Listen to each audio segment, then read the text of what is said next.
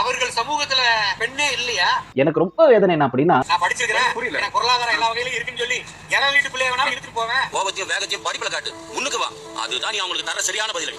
விஷ்ணுவாக இருக்கட்டும், சிவனாக இருக்கட்டும், அவர்கள் எடுத்த அவதாரங்கள் அனைத்துமே சாதி மதங்களை கடந்தவையாக தான் இருந்தது. வைணவத்திலேயாவது ஒரு ஆதிக்கம் இருக்கும், ஒரு மன்னராட்சி இருக்கும், சரியா? ஆனா சைவத்துல பாத்தீங்கன்னா, அது சிவபெருமானுடைய வழிகளில் பாத்தீங்கன்னா அற்புதமான ஒரு சமத்துவம் இருக்கும். அதுவும் சிவபெருமானினுடைய மகனான முருகப்பனுடைய வரலாற்றை நீங்க எடுத்து பாத்தீங்கன்னா, கந்த சஷ்டி கவசம் எல்லாம் படிக்கிறீங்களா இல்லையா? கந்த சஷ்டி கவசம் உட்பட வள்ளி தேவயானியினுடைய வரலாறுகள் வந்து போவதா இல்லையா? ஆனா ஜாதியை மட்டும் கடவுளுக்கு மேலாக வைத்து பார்க்கிறீர்கள். இதுக்கு என்ன அர்த்தம்னு எனக்கு புரியலையே. குரத்தி குலத்தில் பிறந்த வள்ளியை மணமுடிக்க முருகப்பெருமான் வந்தாரா இல்லையா? கடவுளே கலப்பு திருமணம் செய்யும் போது கபோதி உனக்கு என்னடாங்கிறது தான் என்னுடைய கேள்வி.